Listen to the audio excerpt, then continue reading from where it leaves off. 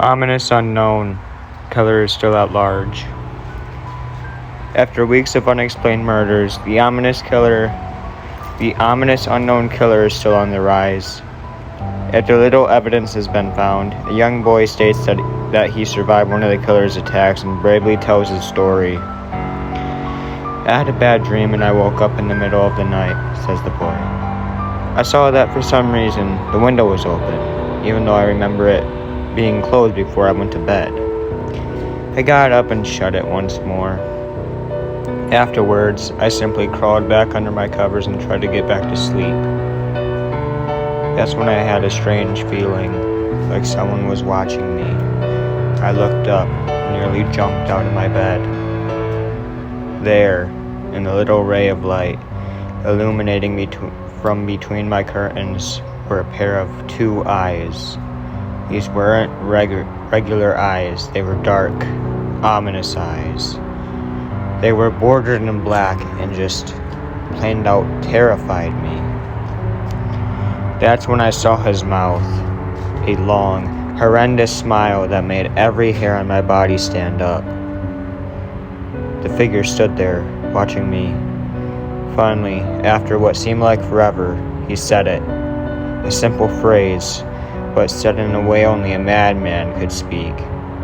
He said, "Go to sleep." I let out a scream. That's what sent him at me. He pulled up a knife, aiming at my heart. He jumped on top of my bed. I fought him back. I kicked, I punched, I rolled around, trying to get him off me. That's when my dad busted in. The man threw the knife. It went into my dad's shoulder. The man probably would have finished him off if one of the neighbors hadn't alerted the police. They drove into the parking lot and ran towards the door.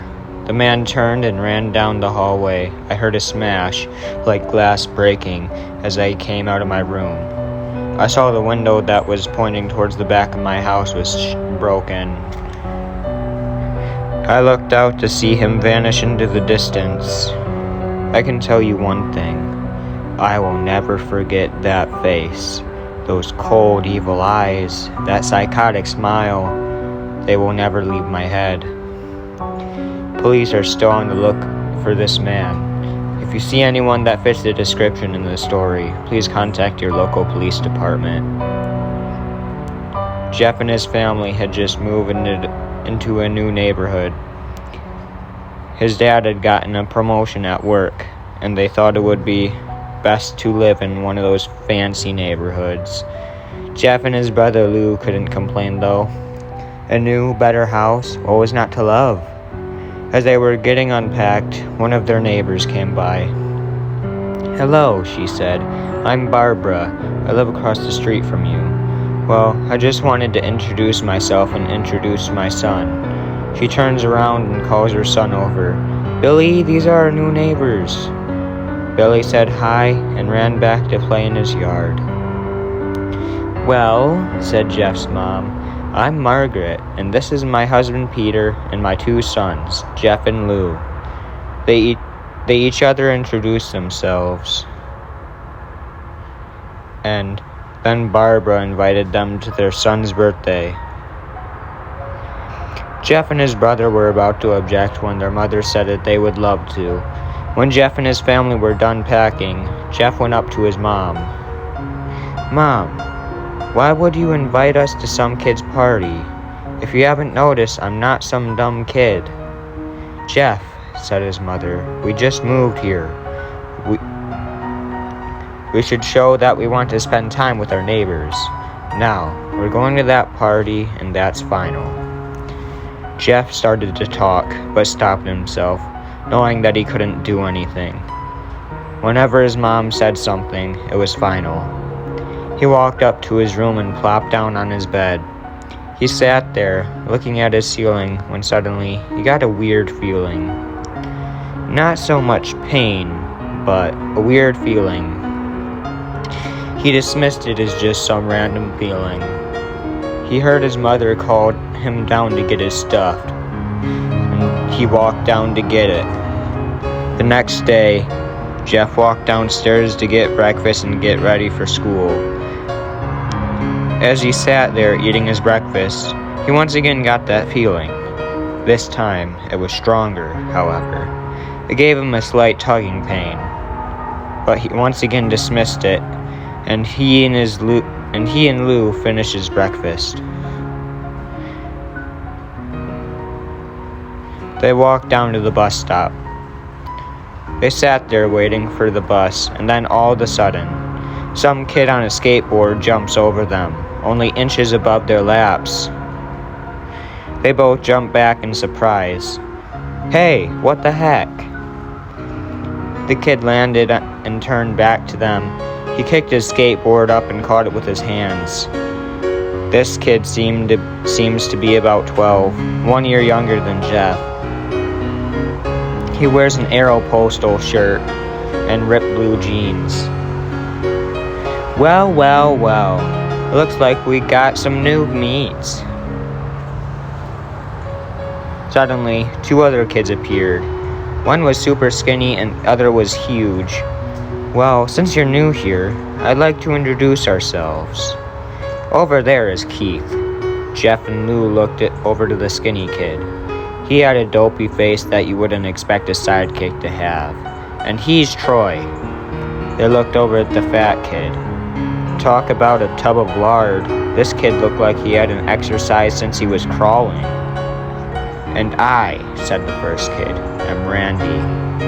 Now, for all the kids in this neighborhood, there is a small price for bus fare, if you catch my drift.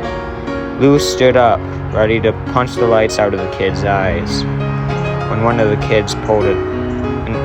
his friends pulled a knife on him. Tisk, tisk, tisk. I had hoped you would be more cooperative, but it seems we must do this the hard way. The kid walked up to Lou and took his wallet out of his pocket. Jeff got that feeling again. Now it was truly strong, a burning sensation. He stood up, but Lou gestured him to sit down. Jeff ignored him and walked up to the kid. "Listen here, you little punk. Give back my bro's wallet, or else."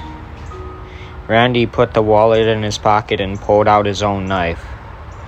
"Oh, and what will you do?" Just as he finished his sentence, Jeff popped the kid in the nose. As Randy reached for his face, Jeff grabbed the kid's wrists and broke it. Randy screamed and Jeff grabbed the knife from his hand. Troy and Keith rushed Jeff, but Jeff was too quick. He threw Randy to the ground. Keith lashed out at him, but Jeff ducked and stabbed him in the arm. Keith dropped his knife and fell to the ground screaming. Troy rushed him too, but Jeff didn't even need the knife. He just punched Troy straight in the stomach and Troy went down. As he fell, he puked all over. Lou could do nothing but look in amazement at Jeff. "Jeff, how'd you..." That was all he said. They saw the bus coming and knew they'd be blamed for the whole thing, so they started running as fast as they could. As they ran, they looked back and saw the bus driver rushing over to Randy and the others. As Jeff and Lou made it to school, they didn't dare tell what happened. All they did was sit and listen. Lou just thought of that as his brother beating up a few kids, but Jeff knew it was more. It was something scary. As he got that feeling, he felt how powerful it was. The urge to just hurt someone. He didn't like how it sounded, but he couldn't help feeling happy. He felt that strange feeling go away and stay away for the entire day of school. Even as he walked home, due to the whole thing near the bus stop, and how now he probably wouldn't be taking the bus anymore, he felt happy. When he got home, his parents asked how his day was, and he said in a somewhat ominous voice, "It was a wonderful day." Next morning, he heard a knock at his front door. He walked down to find 2 police officers at the door, his mother looking back at him with an angry look. "Jeff, these officers tell me that you attacked 3 kids. that it wasn't regular fighting, and that they were stabbed, son. Jeff's gaze fell to the floor, showing his mother that it was true. Mom, they were the ones who pulled the knives on me and Lou. Son, said one of the cops, we found 3 kids, 2 stabbed, and 1 having a bruise on his stomach, and we have witnesses proving that you fled the scene. Now what does that tell us? Jeff knew it was no use. He could say him and Lou had been attacked, but then there was no proof it was not them who attacked first. They couldn't say that they weren't fleeing, because the truth be told, they were. So Jeff couldn't defend himself or Lou. Son, call down your brother. Jeff couldn't do it, since it was him who beat up all the kids. Sir, it was me. I was the one who beat up the kids. Lou tried to hold me back, but he couldn't stop me. The cop looked at his partner and they both nodded. Well, kid, looks like a year in juvie. Wait, says Lou. They all looked up to see him holding a knife. The officers pulled their guns and locked them on Lou. It was me. I beat up those little punks. Have the marks to prove it. He lifted his sleeves to reveal cuts and bruises, as if he was in a struggle. Son, just put the knife down, said the officer. Lou held up his knife and dropped it on the ground. He put his hands up and walked over the cops. No, Lou, it was me. I did it. Jeff had tears running down his face. Huh, poor bro, trying to take the blame for what I did. Well, take me away. The police led Lou out to the patrol car. Lou, tell them it was me. Tell them. I was the one who beat up those kids. Jeff's mother put her hands on his shoulders. Jeff, please, you don't have to lie. We know it's Lou. You can stop. Jeff watched helplessly as the cop car speeds up with Lou inside. A few minutes later, Jeff's dad pulls into the driveway, seeing Jeff's face and knowing something's wrong. Son, what is it? Jeff couldn't answer. His vocal cords were strained from crying. Instead, Jeff's mother walked his father inside to break the bad news to him as Jeff wept in the driveway. After an hour or so, Jeff walked back to the house, seeing that his parents were both shocked, sad, and disappointed. He couldn't look at them. He couldn't see how they thought of Lou when it was his fault. He just went to sleep, trying to get the whole thing off his mind. 2 days went by, with no word from Lou at JDC. No friends to hang out with, nothing but sadness and guilt. That is until Saturday, when Jeff is woke up by his mother with a happy, sunshiny face. Jeff, it's the day, she said as she opened up the curtains and light fled in the room. What's today? Asked Jeff as he stirs awake. Why, it's Billy's birthday party. He was now fully awake. Mom, you're joking, right? You don't expect me to go to some kid's party after. There was a long pause. Jeff, we both know what happened. I think this party could be the thing that brightens up the past days. Now, get dressed. Jeff's mother walked out of the room and downstairs to get ready herself. He fought himself to get up. He picked out a random shirt and a pair of jeans and walked downstairs. He saw his mother and father all dressed up, his mother in a dress and his father in a suit. He thought, why they would ever wear such fancy clothes to a kid's party? Son, is that all you're going to wear? Said Jeff's mom. Better than wearing too much, he said. His mother pushed down the feeling to yell at him and hid it with a smile. Now, Jeff, we may be overdressed, but this is how you go if you want to make an impression, said his father. Jeff grunted and went back up to his room. I don't have any fancy clothes, he yelled down the stairs. Just pick out something, called his mother. He looked around in his closet for what he would call fancy. He found a pair of black dress pants he had for special occasions and an undershirt. He couldn't find a shirt to go with it, though. He looked around and only found only striped and patterned shirts, none of which go with dress pants. Finally, he found a white hoodie and put it on. "You're wearing that?" they both said. His mother looked at her watch. "Oh no, it's time to change. Let's just go," she said as she herded Jeff and his father out the door. They crossed the street over to Barbara and Billy's house. They knocked on the door and at it appeared that Barbara, just like his parents, way overdressed. As they walked inside, all Jeff could see were adults, no kids. "The kids are out in the yard." "Jeff, how about you go and meet some of them?" said Barbara. Jeff walked outside to a yard full of kids. They were running around in weird cowboy costumes and shooting each other with plastic guns. He might as well be standing in a Toys R Us. Suddenly, a kid came up to him and handed him a toy gun and a hat. "Hey, wanna play?" he said. "Ah, no, kid, I'm way too old for this stuff." The kid looked at him with that weird puppy dog face. "Please," said the kid. "Fine," said Jeff. He put on the hat and started to pretend to shoot at the kids. At first, he thought it was totally ridiculous, but then he actually started to have fun. It might not have been super cool, but it was the first time since he had done something that took his mind off of Lou. So, he played with the kids for a while, until he heard a noise.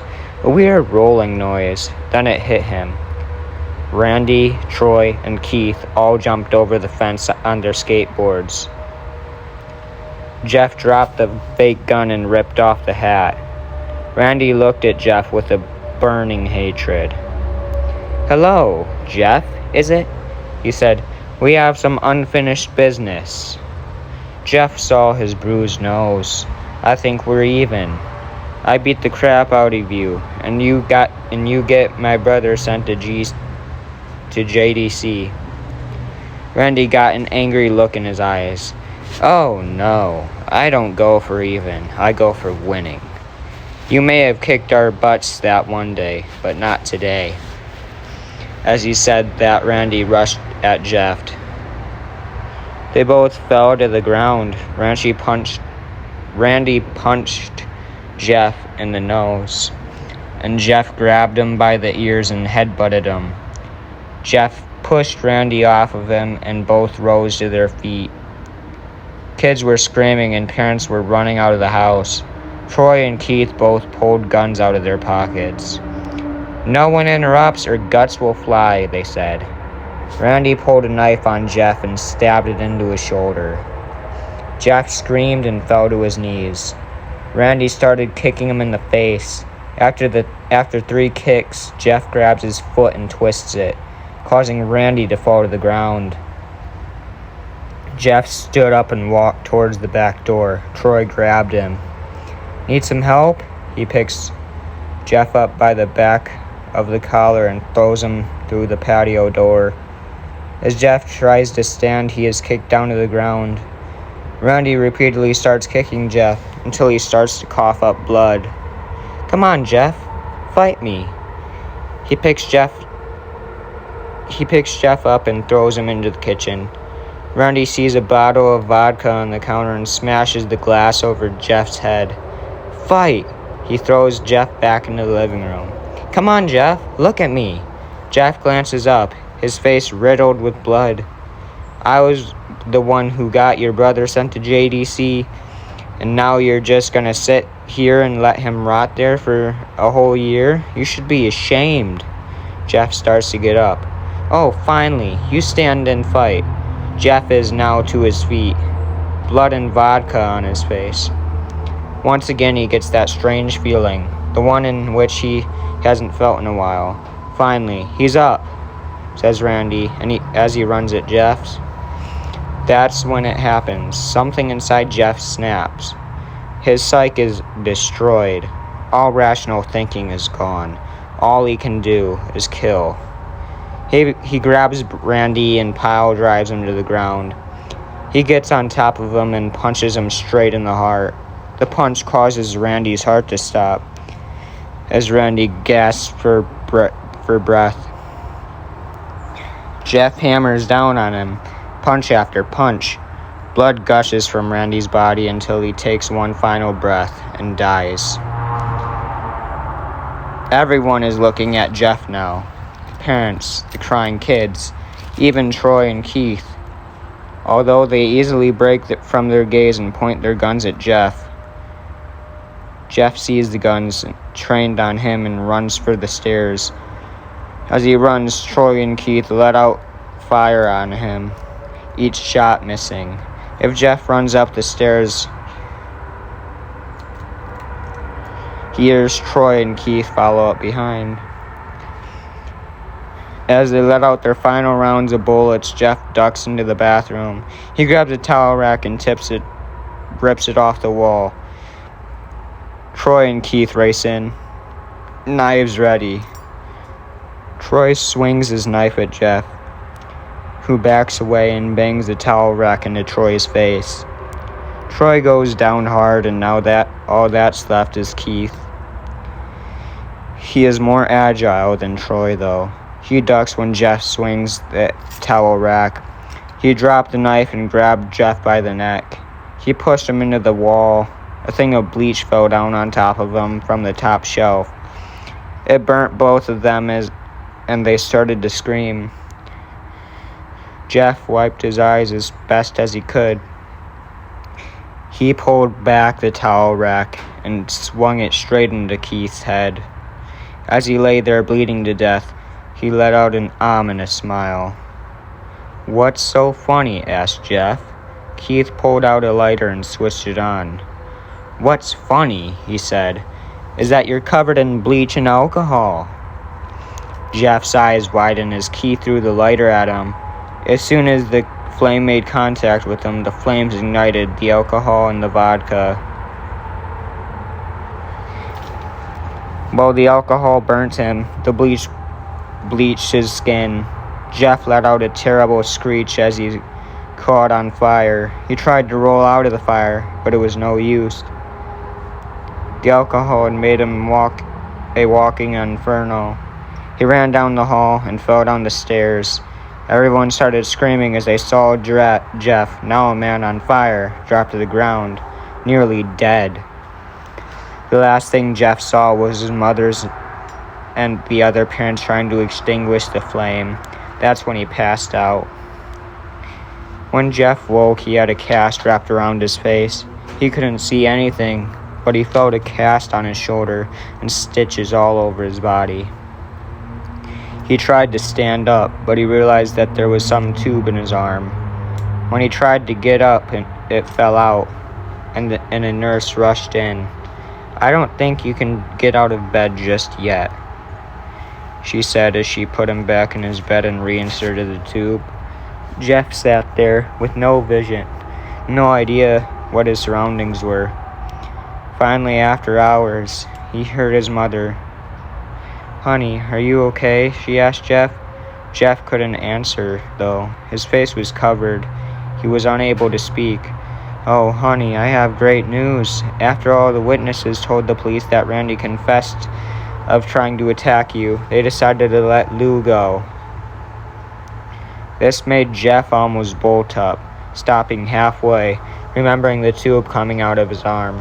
"He'll be out by tomorrow, and then you two will be able to see each other again."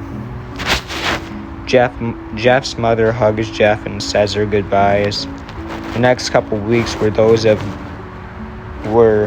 where Jeff was visited by family. Then came the day where his bandages were to be removed. His family were all there to see it, what he would look like. As the doctors unwrapped the bandages from Jeff's face, everyone was on edge of their seats. They waited until the last bandage holding the cover on his face was almost removed. "Let's hope for the best," said the doctor. He quickly pulls the cloth. letting the rest fall from Jeff's face. Jeff's mother screams at the sight of his face. Lou and Jeff's dad stare awestruck at his face. What? What happened to my face? Jeff said. He rushed out of bed and ran to the bathroom. He looked in the mirror and saw it was because of the distress. His face. It's horrible. His lips were burnt to a deep shade of red. His face turned from a pure white color. His face was turned into a pure white color, and his hair singed from brown to black.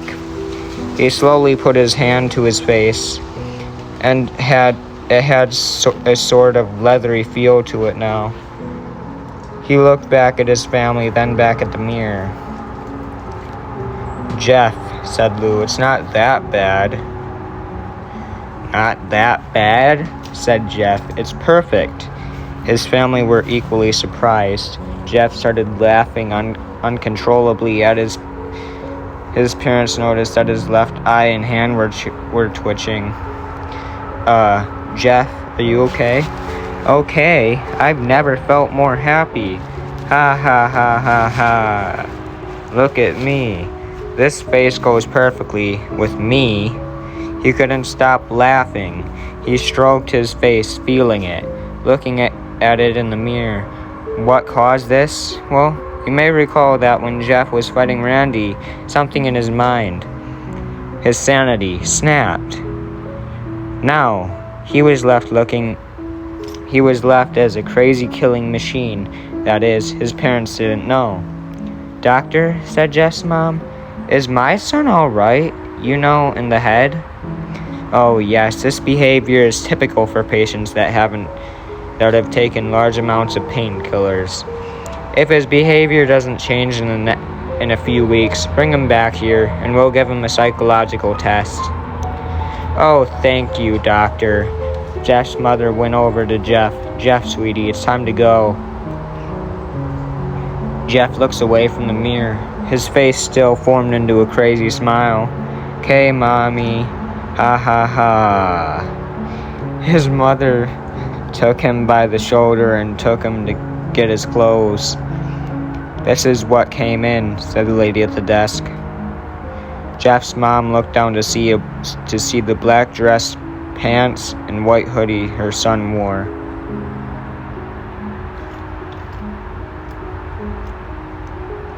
Now they were clean of blood and now stitched together. Jeff's mother led him to his room and made him put his clothes on. Then they left, not knowing that this was their final day of life.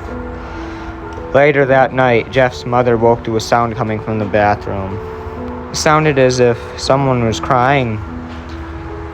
She slowly walked over to see what it was.